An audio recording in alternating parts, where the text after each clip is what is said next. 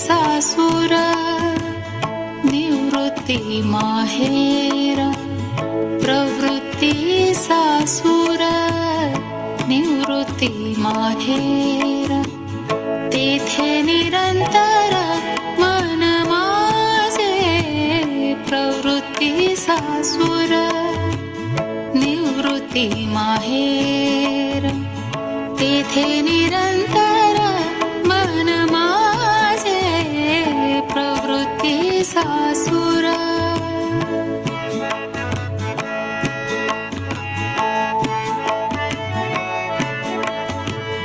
माझे मनी सदा माहेर तुटेना माझे मनी सदा माहेर तुटेना सासुर सुटेना सासुर सुटेना काय करू प्रवृत्ती सासुर निवृत्ती माहेर तेथे निरंतर मन माझे प्रवृत्ती सासुर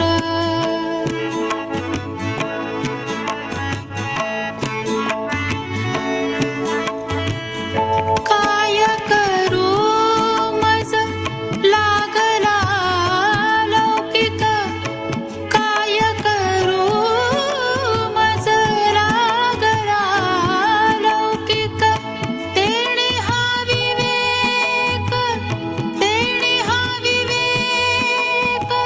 दूरी जाय प्रवृत्ती सासुर निवृत्ती माहेर तेथे निरंतर मन माझे प्रवृत्ती सासुर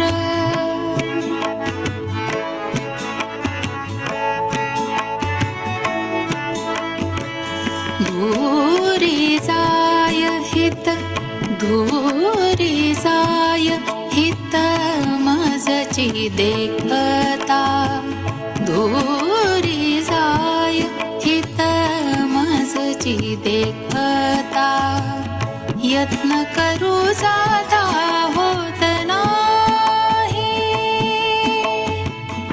यत्न करू जाता होत नाही होत नाही यत्न संत संगे विण होत नाही यत्न संत संगे विण रामदास कोण सांगतसे प्रवृत्ती सासुर निवृत्ती माहेर तेथे निरंतर मन माझे प्रवृत्ती सासुर निवृत्ती माहेर प्रवृत्ती सासुर निवृत्ती माहेर प्रवृत्ती सासुर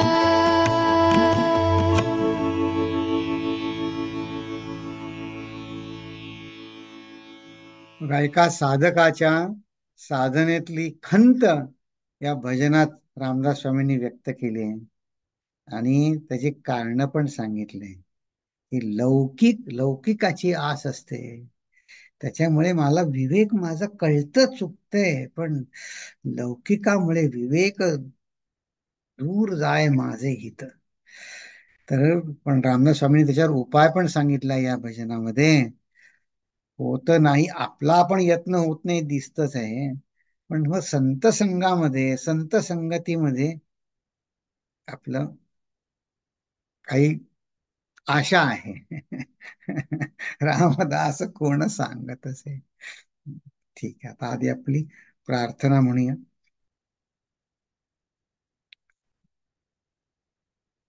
ओ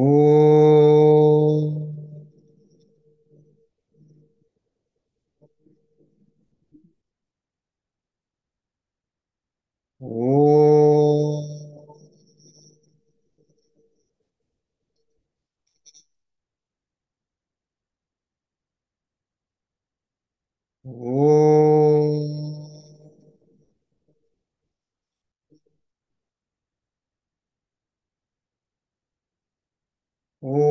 श्री गणेशाय नमः. ओम श्री सरस्वत्यै नमः. ओम श्री गुरुभ्यो नमः. शुका सारिखे पूर्ण वैराग्य जाचे, वशिष्ठा परिज्ञान योगेश्वराचे. कवी वाल्मिका सारिखा मान्य ऐसा, नमस्कार माझा सद्गुरु रामदासा. नमस्कार माझा सद्गुरु रामदासा. जय जय रघुवीर समर्थ.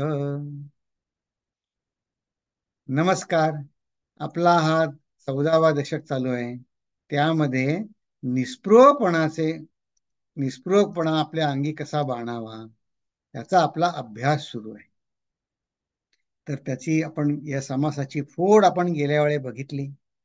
तर ही आता अगदी ढोबळ मानाने फोड आहे. त्या सगळ्यामध्ये निस्पृहपणा अंगी कसा आणायचा हे सगळ्यामध्ये कॉमन आहे.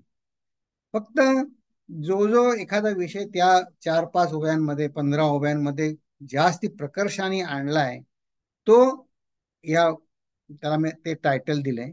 पण जवळपास सगळ्यांचा विषय निस्पृहपणाचीच वेगवेगळे आयाम, व्हेरियस डायमेन्शन्स, स्वार्थीपणा सोडण्याचे, निस्वार्थी वर्तणूक माझ्या हातनं का घडली पाहिजे आणि घडली तर मला समाजाचं नेतृत्व कसं करता येईल किंवा माझ्याकडे ते चालून येईलच.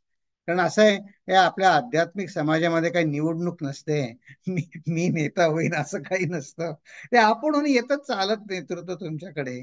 तर ते आल्यावर मग मात्र ते जपणं साधकाचं कर्तव्य आहे. कारण मग नेतृत्व का साधन यामध्ये महत्वाचं काय? तर साधन महत्वाचं, नेतृत्व नंतर.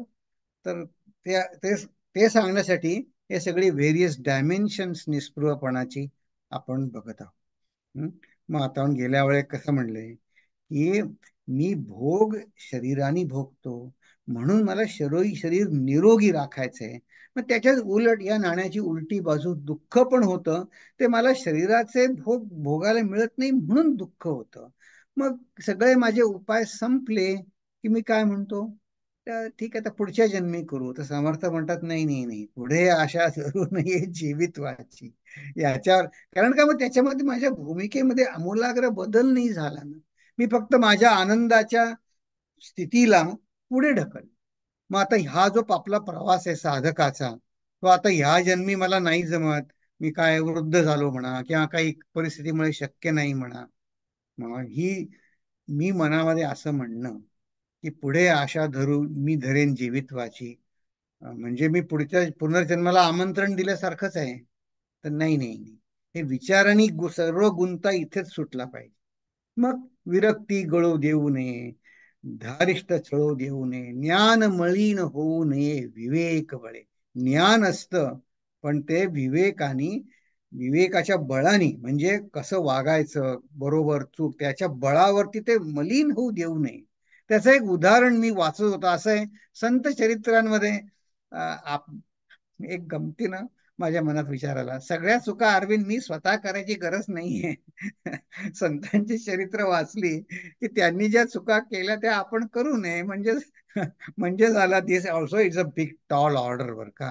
कारण पण त्यातली एक आठवण मला, हे ज्ञान मलिन होऊ नये विवेक बळे, त्याची आठवण झाली. हे गोणी दांडेकर तुमच्यापैकी अनेकांनी नाव ऐकून माहिती असेल.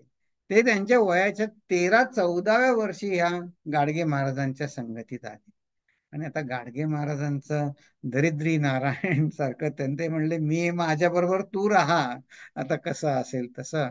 तर एका ठिकाणची त्यांची आठवण लिहिली आहे त्यांनी की त्यांचा क्वचित कुठे सप्ताह असायचा. म्हणजे काय की एका जागी 10 दिवस राहून ते सप्ताह करायचे, भजन करायचे आणि मग 10व्या दिवशी मोठा समारंभ व्हायचा. मग त्या दिवशी एरवी त्यांना हातावर भरून भाकरी, त्याच्यावर पिठलं काय भाजी असेल ते मिळायचं. त्या म्हणले एका ठिकाणी असं झालं शेवटच्या दिवशी, म्हणजे ज्यानी कोणी माहिती नसायचं, म्हणे काही प्लॅन नसायचं, जसं होईल तसं. तर एकाने 4 बैलगाड्या भरून बुंदीचे लाडू आणले. पण म्हणले आता आम्ही ते वाढायला होतो, आम्हाला खायला म्हणे आमचे स्वामी गाडगे महाराज सांगतील तेव्हा आम्ही बसणार. म्हणजे सगळ्यांची जेवण होईसपर्यंत दुपारच्या 2:30 वाजले. आणि मग ज्यांनी म्हणे त्या दिवशी सगळा जेवणाचा शिधा आणला होता त्यांना सोडायला हे गाडगे महाराज नदीपर्यंत बैलगाडीनी त्यांच्याबरोबर सोडायला म्हणून गेले. मग आम्ही म्हणे सगळे बसलो होतो, जे वाढणारे होते सगळे 19, 20, 18 वर्षाची मुलं हो. तर त्यातला एक जण होता, तो यांना काय म्हणे आमची भूक अनावर झाली होती. हे स्वतः सगळे कीर्तन करणारे होते बरं का त्यावेळेस. त्यांनी लिहिलंय की माझे त्यावेळेस 100च्या वर तुकारामांचे अभंग माहीत, तोंड पाठ होते, मला गाता येत होते, इतकं त्यांची तयारी होती. तर त्यांच्यातला एक जण काय म्हणला, म्हणे त्यानं म्हणायचे एकमेकांना ते महाराज म्हणत, म्हणे गोपाळ महाराज काय, तर म्हणले आपण स्वतः अन्न खाल्लं तर म्हणे गुन्हा आहे की विचारल्याशिवाय, पण लोकाला दिलं अन्न तर काही गुन्हा नाही. ते म्हणले बरं मग, म्हणले मग तुला म्हणायचा अर्थ काय, तर म्हणले लाडू आहेत ना तर ते आपणच खाणारे आहे. बर मग, म्हणले असं करा, तुम्ही मला भरवा, मी तुले भरवतो. ही वराडी वराडी भाषा आहे. म्हणे, मी खात नाही. मग म्हणले काय आपल्याला पाप लागणार नाही. आता मुलांना ती आयडिया इतकी, म्हणजे त्यांना विवेक ज्ञान मलिन होऊ नये, विवेक मुळे ती भूक लागली होती. ते इतकं झालं की म्हणले आम्हाला कळायच्या आधी ते टोपलीभर लाडू आम्ही फस्त केले. आणि गाडगे महाराज आले, चला म्हणले आज देवाला काढा.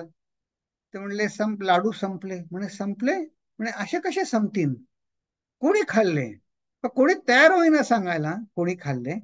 तर हे कोणी दांडेकर म्हणे मी उभा राहून अपराधासारखा उभा राहिलो. त्यावेळेस ते, आता हे मी विनोदाने नाही पण मी जसं लिहिलं तसं सांगतो, माझ्या मनाने नाही सांगते. त्यावेळेस ते काथ्याची, म्हणजे सुंभ असतो ना काथ्या, जाड दोरी, त्याची लंगोटी घालायची. कठीण आहे बरं उन्हाळ्यामध्ये ते. तर ते गाडगे महाराज म्हणले तुम्ही खाल्ले आणि इतकं म्हणले वैराग्य, ही काथ्याची लंगोटी, हे सगळं ज्ञान कुठे गेलं तुमचं. हम्म.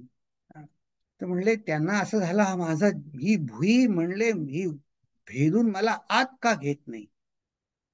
आणि मग ते गेले. तर आता पुढची गोष्ट सांगत नाही, पण अशी ज्ञान मलिन होतं, मोठ्या मोठ्यांचं होतं, आपलं काय.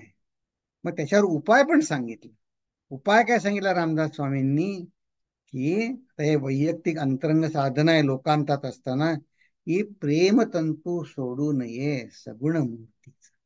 हे असं जरी वाटलं, विवेकाचं किती असलं तरी करुणा कीर्तन सोडू नये, अंतर ध्यान मोडू नये, प्रेमतंतू तोडू नये सगुण मूर्तीचा. तर बघा, ते इतकं प्रवचन करणारे, काथ्याची लंगोटी घालून झाडाखाली झोपणारे, गाडगे महाराजांच्या संगतीत असलेले, पण त्यांनी आता तरुणपणी भूक लागते. गाडगे महाराज त्यांना म्हणले, म्हणे तुम्हाला भूक लागली होती, म्हणे आम्हालाही पण तर लागली होती, म्हणे आम्ही तर काही खाल्लं नव्हतं. पण ते बघा त्यांना भान उरलं नाही. आणि त्याच्याही पेक्षा थोर म्हणजे त्यांनी ते लिहून ठेवलंय आपल्यासाठी, शिकण्यासाठी. मी अशा अनेक चुका केल्यात, पण मी लिहून ठेवायचं जाऊ द्या, कबूल करायचं सुद्धा माझी हिंमत नाही.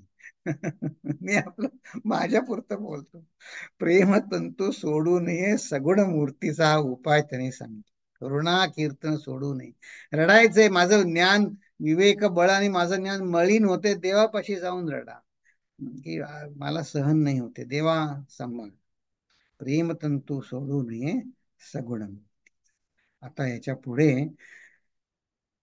असं जरी आपण वागलं, आपणहून चूक नाही केली तरी समाजामध्ये वागताना आपलं मान अपमान होतच असतात. एरवी तो आपण साधक असो नसो, लोक काही, तर जसं त्यांना वाचायचं असं असतं. मग समर्थांनी गेल्या वेळी काय म्हणले, पोटी चिंता धरू नये, कष्टे खेद मानू नये, समयी धीर सांडू नये, काही केल्या अपमानिता शिणो नये, निखंदिता कष्टो नये, धिक्कारिता झुरो नये, काही केल्या. इथपर्यंत मला असं वाटतं आपण एका वेळी थांबलो. मग पुढे बघा, पुढे काय होतं बघा, आता पुढे बघूया. पण ह्या ओव्या आहेत ना, याच्यामध्ये एका दृष्टीनं बघितलं तर तत्वज्ञान असं काही नाही. सरळ उपदेश आहे, तो निमूटपणे मान्य करायचा आणि तसं वागायचं. हं तर आता बघूया. लोकलाज धरू नये, लाजविता लाजो नये, खिजविता खिजो नये, विरक्त पुरुषे शुद्ध मार्ग सोडू नये, दुर्जनासी तंडो नये, संबंध पडो देऊ नये, चांडाळासी.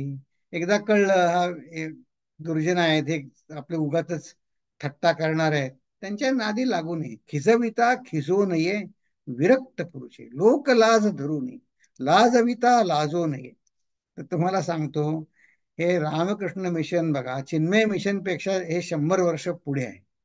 रा चिन्मय मिशनचे जसे अनेक आश्रम, तसे रामकृष्ण मिशनचे सुद्धा अनेक आश्रम आहेत.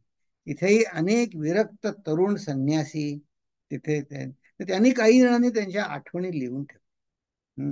बघा, लोक लाज धरू नये, लाजविता लाजू नये, खिजविता खिजू नये. तर बघा, त्या एकातलं त्यांनी लिहिलंय की म्हणजे त्यांचाही आश्रम आता नवीन ठिकाणी आश्रम बांधला, तर कोण देवाला देतंय हो दररोज? कोण आपलं आपण बनवा जेवा, तिथे सुद्धा आता काय चूल पेटून जेवा, काय असेल ते. तर एकदा त्यांनी लिहिलंय की देव कशी परीक्षा पाहतो, ते देव कशी परीक्षा पाहतो ते दिलंय की खिजविता खिजवू नये. विरक्त पुरुष असला की त्याला हे तीन आधी जे तीन चरण आहेत ते त्याला स्पर्श सुद्धा करत नाहीत. लोक लाज नाही, लाजविता लाजू नये, खिजविता खिजू. तर म्हणले त्या आश्रमाचे जे व्यवस्थापक होते आपल्यासारखे गृहस्थ लोक असणार. तर ते म्हणले, काय ब्रह्मचारी, जेवण झालं का रात्रीचं? ते म्हणले, नाही जेवलो नाही आज, मी फक्त दही पोहे खाल्ले, त्यांनी सांगितलं. म्हणले, अरे म्हणे म्हणे काल काय खाल्लं? कालही म्हणे दही पोहेच खाल्ले. तर म्हणले, अरे अरे म्हणले. मग ते बरोबर 2-4 जण होते, त्यांना म्हणले, मी पुन्हा तुमच्यावर असं असं ऐकायची माझ्यावर पाळी येऊ देणार नाही. तर त्यांनी लिहून ठेवलंय. म्हणे मला वाटलं की दुसऱ्या दिवशीपासनं याच्यानंतर ते काही आणतील मला जेवायला. तर म्हणे असं काही झालं नाही, त्यांनी विचारायचं सोडून दिलं.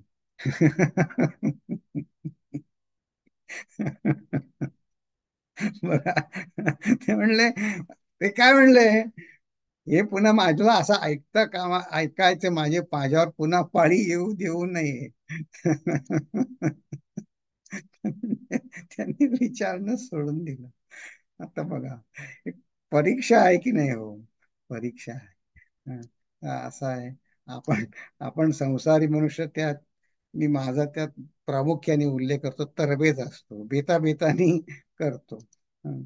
तपेळपण धरू नये, भांडविता भांडू नये, उडविता उडवू नये, निजस्थिती आपुली. आपली निजस्थिती, शांतपणाची स्थिती, त्याचा आपण आज वेगळ्या तऱ्हेने अनालिसिस बघणार आहोत की निजस्थिती उडवू नये म्हणजे काय.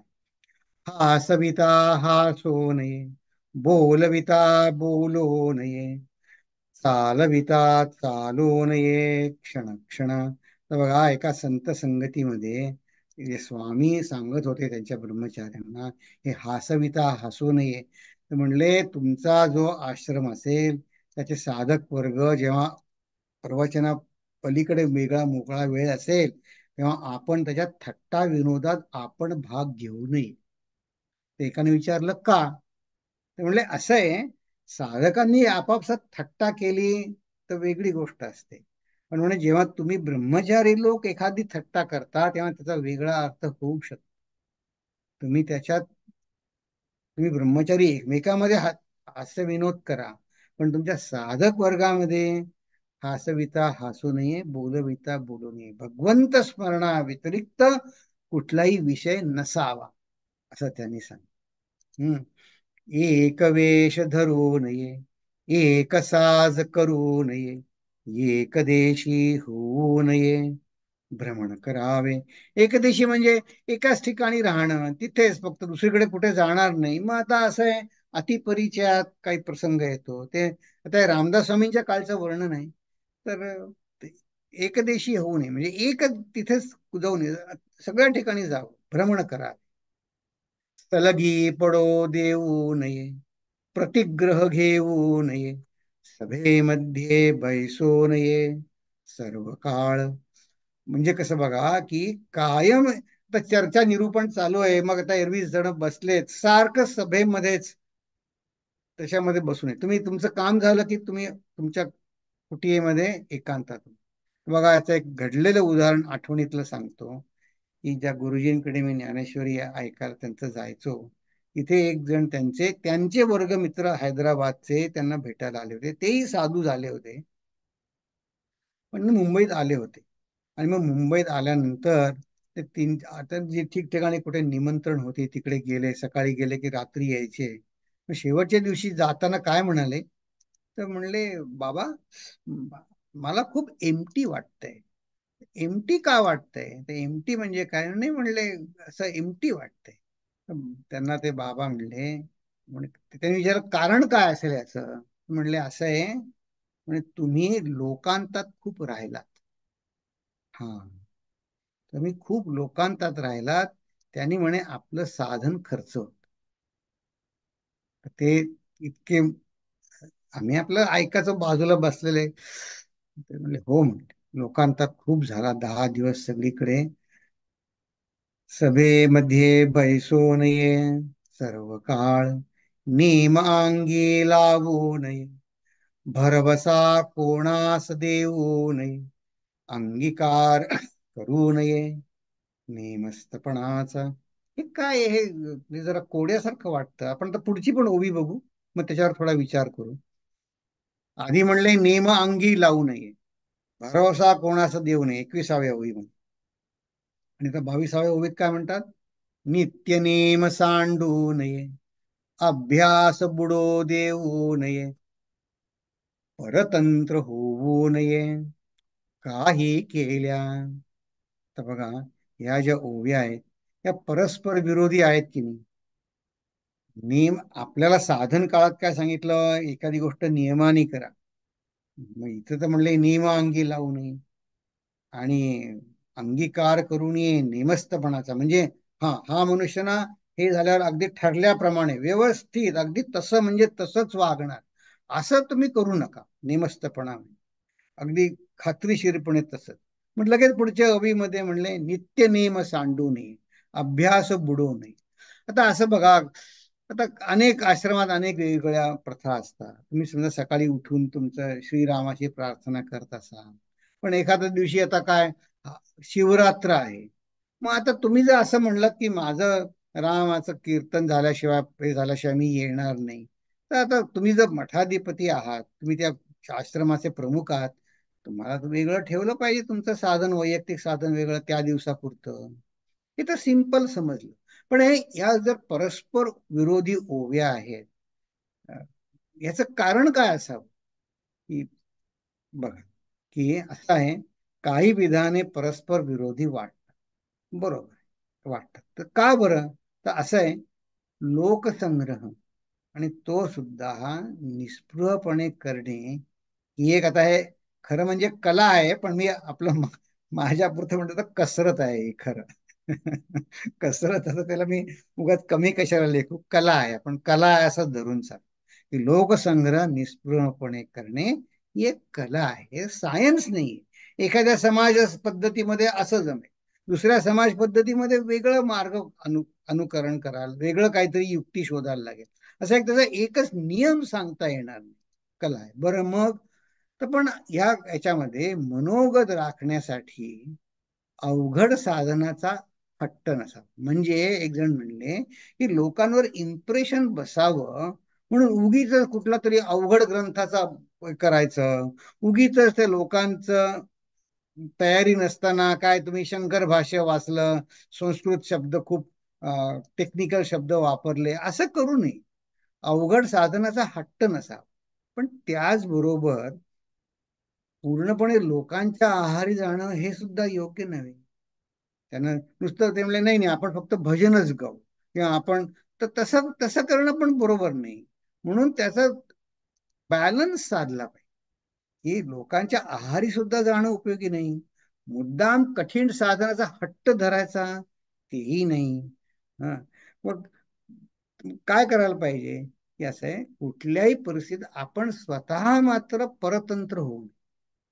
हा, म्हणून बघा इथे सांगितलं परतंत्र होऊ नये काही केले.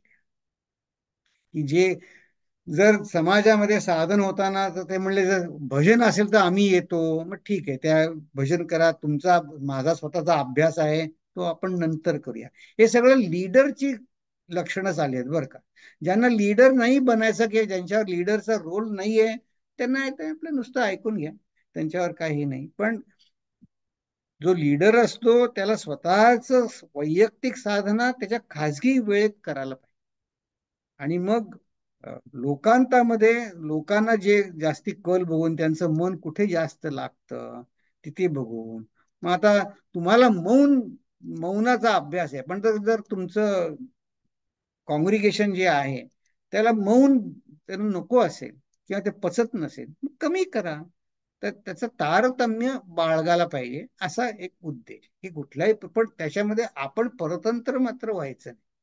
बर, आता पुढे काय म्हणले, स्वतंत्रता मोडू नये, निरापेक्षा तोडू नये, परापेक्षा होऊ नये क्षणक्षण.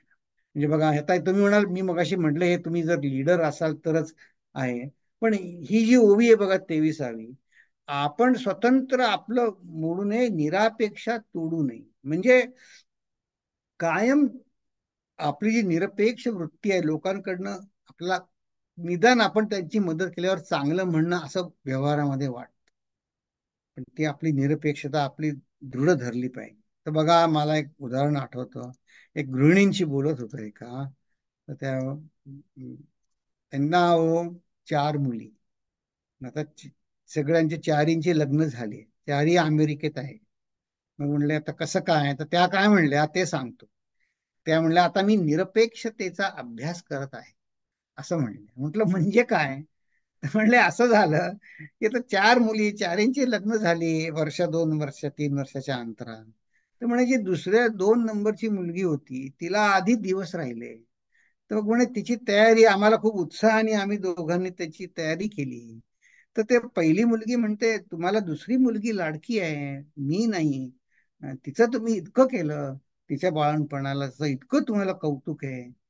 तर ती म्हणले की अगं आता पहिलं नातवंड आहे आमचं, आम्हाला उत्साह वाटतोय आम्ही केलं, करतात ती नाराज झाली.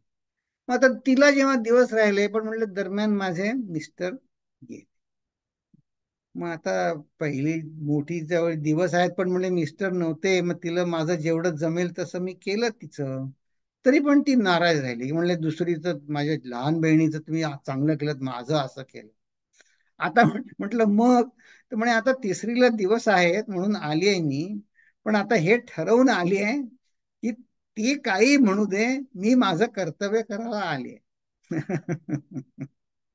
आता बघा, हे परापेक्षा होऊ नये, निरपेक्षता सोडू नये. आपण साधक नसलो तरी आपलं जीवन सुखी होण्याचा मार्ग आहे की नाही. आणि त्या गृहिणी कसं म्हणल्या, आता म्हणे तिसरीला दिवस आहेत म्हणून आली आहे, पण म्हणे मनाने ठरवून आली आहे की मला त्रास होता कामा नये. ती म्हणे चांगलं म्हणेल, काही म्हणेल, जे काय म्हणेल ते मी व्यवस्थित करणार आहे मनापासून, पण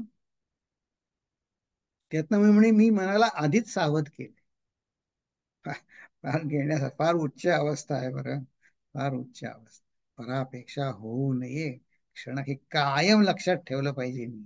हम्म, बर मग आता, आता ह्याच्या पुढच्या ज्या ओव्या आहेत मी मगाशीच सांगितलं, याच्यामध्ये फारसं तत्वज्ञान असं नाही, फक्त हे जे पॉइंटर्स दिलेत ना ते मी आपल्याला पटण्यासाठी मी आपली वेगवेगळी उदाहरणं तुमच्या समोर अभ्यासासाठी ठेवतो. आता याच्या पुढचे जे आहे ते संभाव्य अवनीती घडण्याची स्थान प्रसंग, हे 24 ते 42 ओव्यांमध्ये समर्थाने सांगितले. याच्यावरनं एक समजतं समर्थांचा त्या काळच्या समाज जीवनाचा अभ्यास किती खोल असला पाहिजे.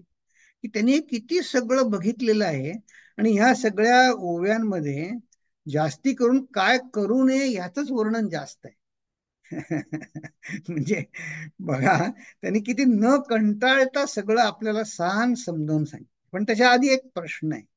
ते काय म्हणले की हे म्हणले तुम्ही सारखं निरपेक्ष निरपेक्ष करायला तुम्ही सांगता, हे काय म्हणले बरोबर नाही. हे असं नुसतं सगळं निष्पृह आयुष्य मग म्हणले असं त्यांचे शब्द सांगतोय. म्हणले काय मिळमिळीत आयुष्य जगायचं का आम्ही? म्हणजे त्यापेक्षा म्हणे कर्मयोग कसा स्मार्ट, जरा स्मार्ट वाटत. मला काही त्यांना उत्तर द्यायला सुचलं नाही. पण मग घरी आल्यानंतर इतर वाचत होतो, तर मी मनाने नाही सांगत आहे, हे विनोबा भावेंचं एक लिखाण मला दिसलं की त्याच्यात त्यांनी निस्पृहपणा आणि कर्मयोग जर अपरिपक्व मनाने केला तर काय धोका आहे. जे आता हे संभाव्य, इथं काय आपण काय म्हणलं, संभाव्य अवनती घडण्याची स्थाने काय आहेत, तेच विनोबा भावेंनी सांगितलं की हे काय होईल जर माझी मनाची तयारी न करता मी कर्मयोगात पडलो तर ते काय म्हणले, साधनेच्या, हे विनोबांचे शब्द सांगतोय आता हा, पण ते जे प्रश्न विचारला जवळपास तसेच शब्द आहेत. भाषा थोडी जुनी आहे.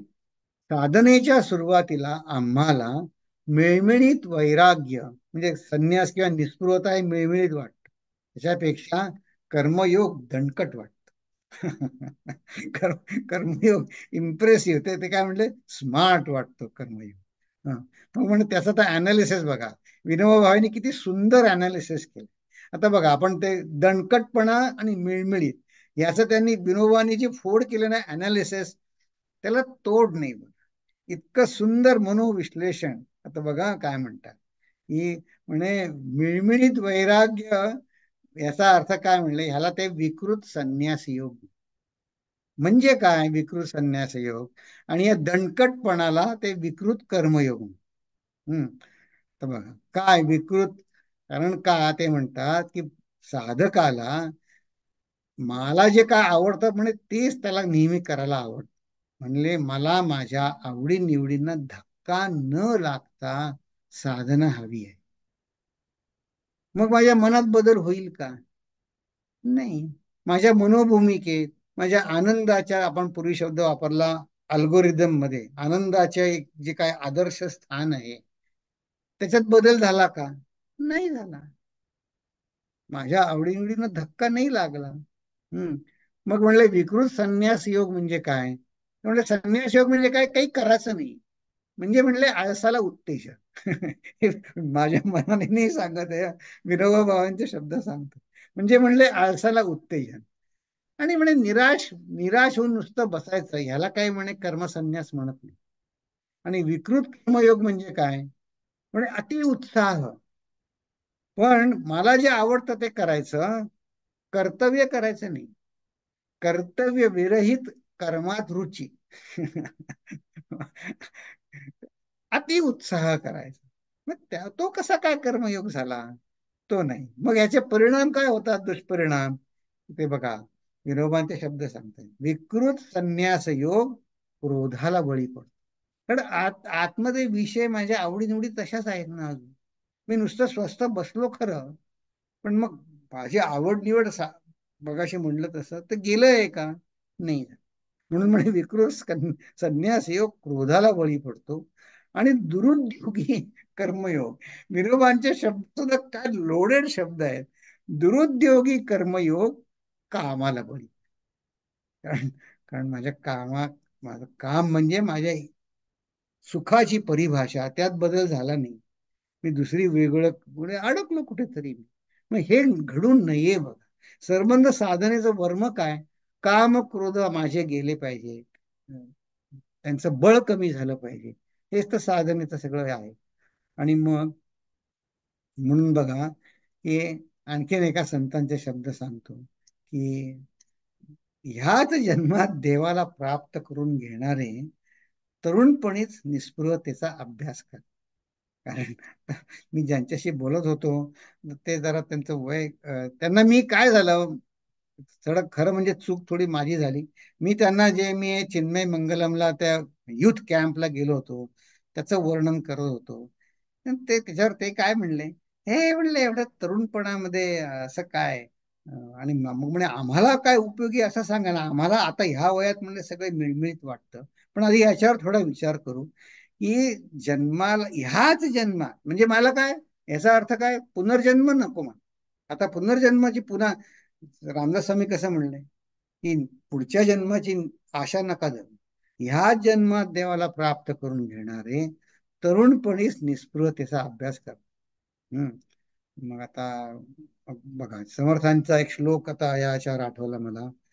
सदा सेवी आरण्यता तारुण्य काळी, मिळेना कदा कल्पनेचे निमेळी. अरण्य म्हणजे काय, की घरामध्ये समाजामध्ये मिळणारी सुख तिथे अरण्यात नसतात. कधी काय मिळेल, पाणी मिळेल, फळ मिळेल खायला, आणि कल्पनेने, मनाने कल्पना ठरवण्याला तिथे वावच नसतो काही.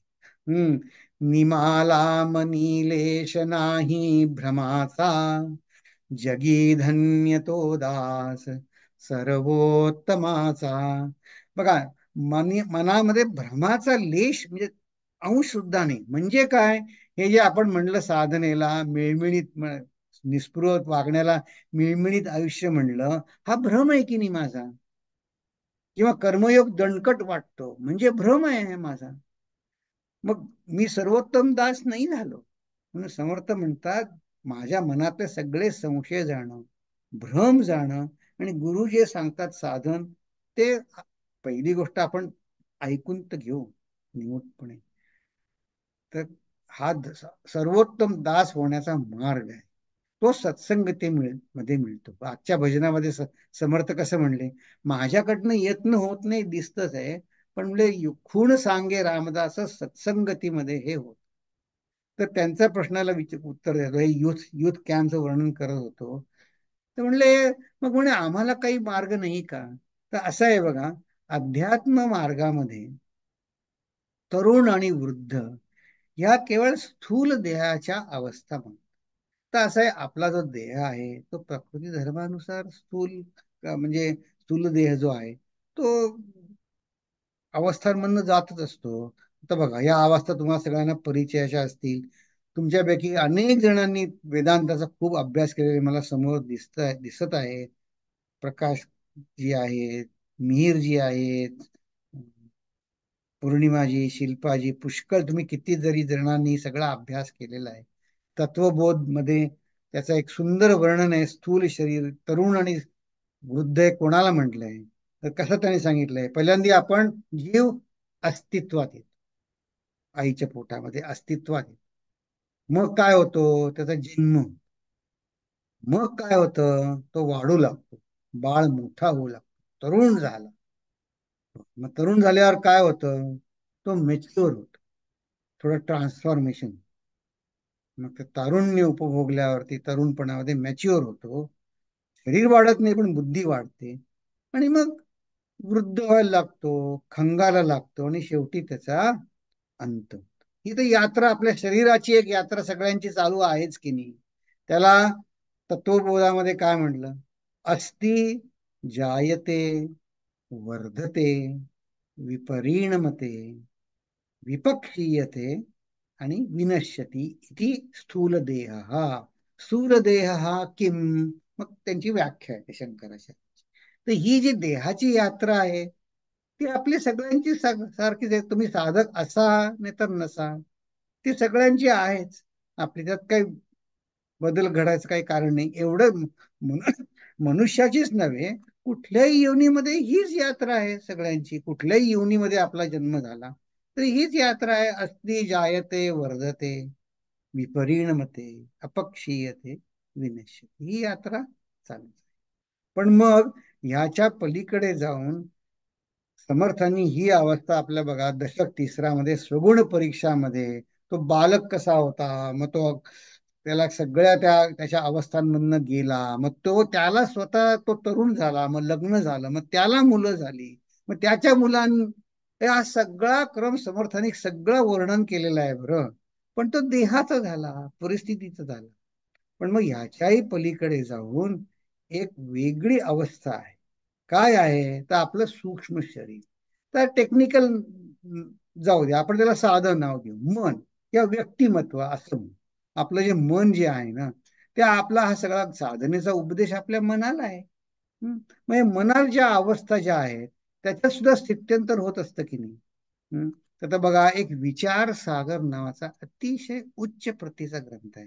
तो अवधी भाषेत आहे. त्याचं संस्कृतमध्ये भाषांतर झालंय, इंग्रजीत पण झालंय असं वाटतं.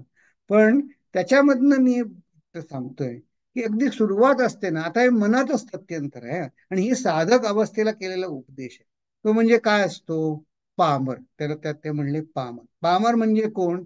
तो म्हणतो एन्जॉयमेंट ॲट एनी कॉस्ट.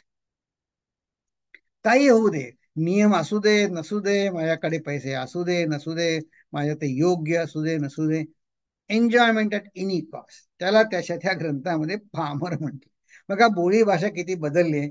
आपण पामर म्हणजे गोर गरीब अगदी काय विकलांग, त्याला आपण पामर म्हणतो. पण अध्यात्मशास्त्रामध्ये विकलांग कोण?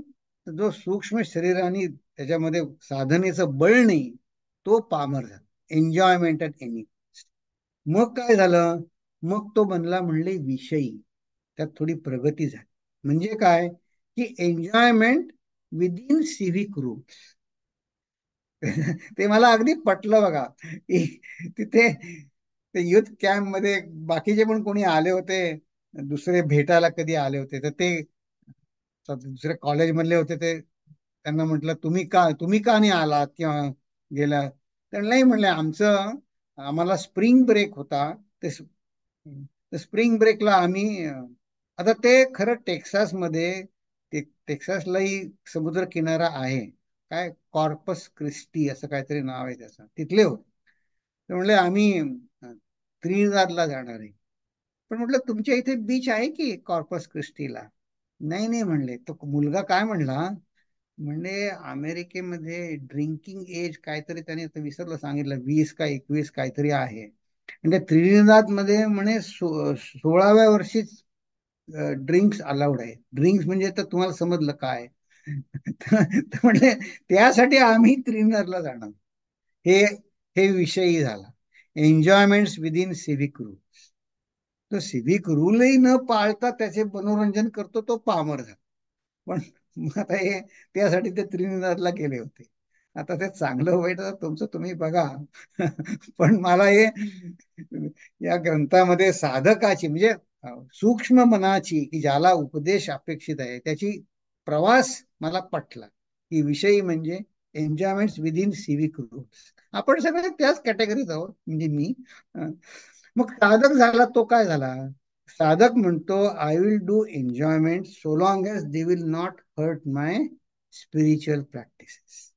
हा, हे माझ्या साधनेच्या आड येईल का? मग नको, मग नाही, मी नाही करत.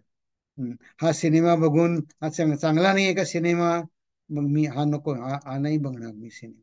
काही काही जण तर हो, आता बघा मी इतक्या जणांची ओळख झाली त्या ह्याच्यामध्ये, ते आधीच विचारतात. कोणी विनोद सांगायला लागला ना सर याच्यामध्ये, ते म्हणतात विनोद पाचकळ विनोद असेल तर म्हणले मी नाही ऐकत, ते उठून निघून जातात.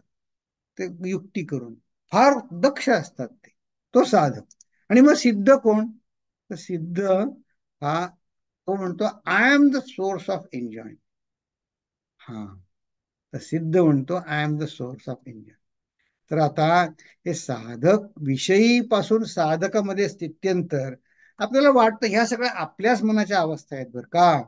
आपण कधी, आणि आपण काही काही वेळा आपल्याला ते येत जात पण असतात. कधी असं वाटतं नाही नाही मी साधक आता नक्की झालो. पण कधी जुन्या राग द्वेष उचंबळून येतात. तर त्यासाठी काय व्हायला पाहिजे? की हे सगळे जगातले उपभोग आहेत, तर आय नीड टू रेकॉग्नाइज त्यांचं नेचर काय आहे. It is more of the same. तेच तेच किती भोगणार उपलब्ध, हे मोर ऑफ द सेम आहे, हे मला पटलं पाहिजे. किंवा कोणी किती म्हणलं की अरे इथे अमुक तऱ्हेचं आईस्क्रीम मिळतं, तमुक तऱ्हेचं आईस्क्रीम मिळतं, ठीक आहे आईस्क्रीम, सगळे आईस्क्रीम सारखं नको मला. की कुठलंही कसंही असू दे, जे काय असेल ते असू दे. ते खरं म्हणजे आईस्क्रीमचं अडचण अशी आहे की आईस्क्रीमचा आनंद फक्त पहिले 2 मिनिटं असतो बरं का, जिभेवर असेपर्यंत. मग एकदा ते आईस्क्रीम पोटात गेलं ना, की सगळ्या दुष्परिणामांना सुरुवात होते. ते जिभेवर असेपर्यंत फक्त आनंद असतो.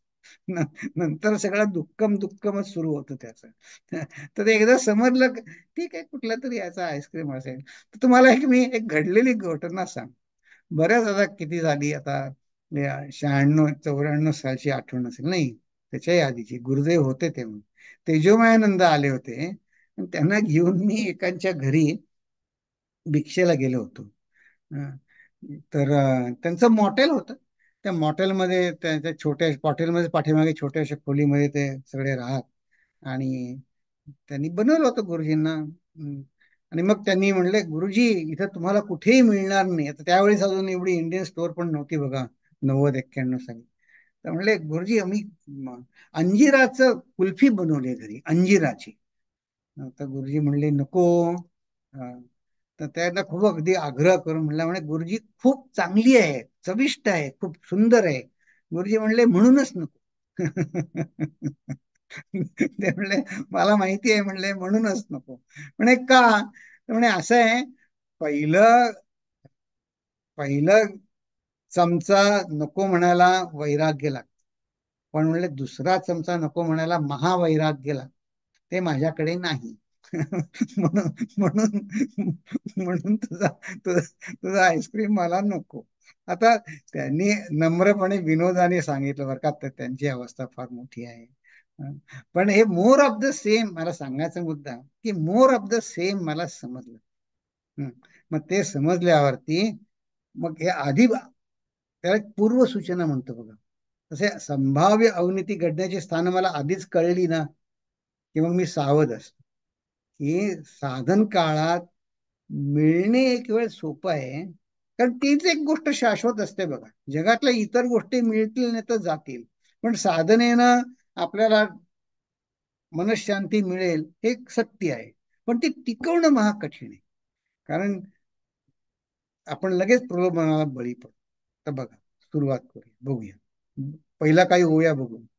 वैभव दृष्टी पाहो नये, उपाधी सुखे राहो नये, एकांत मोडू देऊ नये, स्वरूप स्थितीचा. किती सुंदर सांगितलं. अनर्गळता करू नये, लोकलाज धरू नये, कोठे तरी होऊ नये आसक्त सदा. आता ही मठाधिपती ब्रह्मचारी लोकांना सूचना आहे. तर मठामध्ये जास्ती सुखसुविधा नसतात. पण मग आता कोणी आलं, आता मठामध्ये कोणी जास्ती जण येत नाही, मग लोक आले की मग बोलत बसला त्यांच्याशी, असं नको. किंवा कोणी काही दिसलं, कुठे गेलो तुम्ही, नवीन दिसलं काहीतरी, मग त्याच्यावर आसक्त बनले. आता कुठे कोणाकडे गेला ब्रह्मचारी, ते व्हिडिओ गेम दिसले, मग व्हिडिओ गेमच खेळत बसला, असं कसं चालेल? नाही चालेल. परंपरा तोडू नये, उपाधी मोडू देऊ नये, ज्ञान मार्गे सोडू नये कदा काळी. तर इथे उपाधी म्हणजे आपण साधनेसाठी काय म्हटलं असेल, काय आपण एकादशी करतो, काही व्रत घेतलं असेल, जे काय असेल. तर साधं अहो तुमच्या आश्रमामध्ये बागेला पाणी घालायचं काम काही सोपं म्हणा, पण ते मोडायचं नाही कोणी बोलावलं तरी. जे काय असेल ते ज्ञान मार्ग सोडू नये कदा का, कर्म मार्ग सांडू नये, वैराग्य मोडू देऊ नये, साधन भजन खंडू नये कदा काळी. आता असं आहे, आश्रमात ते तुम्ही हे आता आश्रमाच्या समाज स्थितीचं वर्णन आहे. कधी काही लोक येतात ते म्हणतात काय भजन करत बसतात म्हणे. नाही नाही नाही, ज्ञान मार्ग आपण उपनिषदांवरती प्रवचन ठेवली पाहिजे. आता दुसरे लोक आले ते म्हणतात उपनिषदामध्ये मन रमत नाही हो, तुम्ही रामायण काही सांगा. असे वेगवेगळे तऱ्हेचे लोक आहेत. मग तुम्ही प्रत्येकाप्रमाणे काही करायला लागलात तर त्याच्यात नियम येणार नाही, तुमचं परंपराही कदाचित मोडू शकते. तसं नाही. अतिवाद करू नये, अनित्य पोटी धरू नये, रागे भरी भरो नये भलतीकडे. आता असं आहे की आपला एक नियम समर्थांनी आपल्याला सांगितलं, त्या नियमाप्रमाणे वागायचं म्हटलं, कोणी सारखं आपल्या खनपटीलाच बसला का सांगा. आता काही समजावून सांगण्याच्या प्रसंगामध्ये वादविवाद होऊ शकतो. त्यामुळे अतिवाद करू नये, रागे भरी भरो नये भलतीकडे. हा, हे फार महत्वाचं आहे. न मनी त्यास सांगू नये, कंटाळवाणे बोलू नये, बहुसाल असो नये एके स्थळी. असं आहे, एक आश्रमात राहणं, ब्रह्मचारी अवस्थेमध्ये समाजाचं नेतृत्व स्वीकारणं तसं सोपं नसतं. मग काय तुमचं सुखदुःख विचारणारे, विचारपूस करणारे फॅमिलीज कमी असतात. पण ज्या काही असतील, मग कायम त्यांच्याच मागे लागलं, त्यांनाच सारखं त्रास दिला, तर तेही बरोबर नाही. बहुसाल असो नये एके स्थळी, म्हणून कायम त्यांनाच सांगत राहिलं ते पण योग्य नाही. तर बघा, समर्थांनी हा किती विचार केलेला आहे, ही वेगवेगळ्या अंगांनी, ही काय काय तऱ्हेची संभाव्य स्थानं, की तुमचा आदर सत्कार केला, तुमच्या अडी अडचणी समजल्या, ठीक आहे. पण सारखं त्यांनाच त्रास द्यायचा हेही काही योग्य नाही. काही उपाधी करू नये, केली तरी धरू नये, धरली तरी सापडू नये उपाधी मध्ये. तर बघा, ही ही ओवी सुरुवात जिथं केली तशी आहे. याचा अर्थ असा की तुम्ही लवचिक असलं पाहिजे, तुम्ही कर्मठ बनता कामा नये. वेळ प्रसंग आला, तर काही इमर्जन्सी आली, तर असं नाही म्हणता कामा, तर emergency you should attend to that emergency, असं आहे. थोरपणा असो नये, महत्व धरून बैसो नये, काही मान इच्छू नये कोठे तरी. तुम्हाला तुमच्या गुरूंनी मठाधिपती नेमलं असलं, तरी तुम्ही असं म्हणू नये, हा मी महत्वाचा आहे, मला मान द्या काहीतरी, किंवा माझ्या मनात काहीतरी धरून बसायचं की मला चहा दिला तर मग माझा मान सन्मान झाला. अरे, तुम्हाला चहा पाहिजे तर सांगा, मला चहा पाहिजे. तर रागवायचं काय त्याच्यामध्ये? लोकांना कसं कळणार तुम्हाला चहा पाहिजे ते? तर काही मान इच्छू नये कोठे तरी, काहीतरी उगीच महत्व, बाला चहा विचारला तर मग माझा मान सन्मान राखला गेला, असं करू नये. साधे पण सोडू नये, साने म्हणजे छोटे पण, नम्र पण, साने पण मोडू नये, बळात्कारे जोडू नये, अभिमान अंगी. ते समजण्याला सोपं आहे.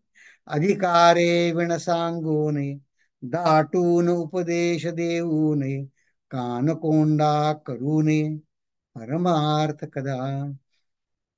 आता असं आहे की अध्यात्मामध्ये अनेक शक्तींचं वर्णन आहे, अनेक चमत्कारांचं वर्णन आहे.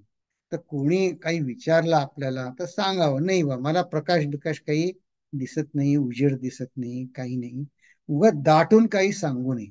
तर याचं एक गमतीचं उदाहरण तुम्हाला सांगतो, आणि हा आपण आपला विषय इथे थांबू.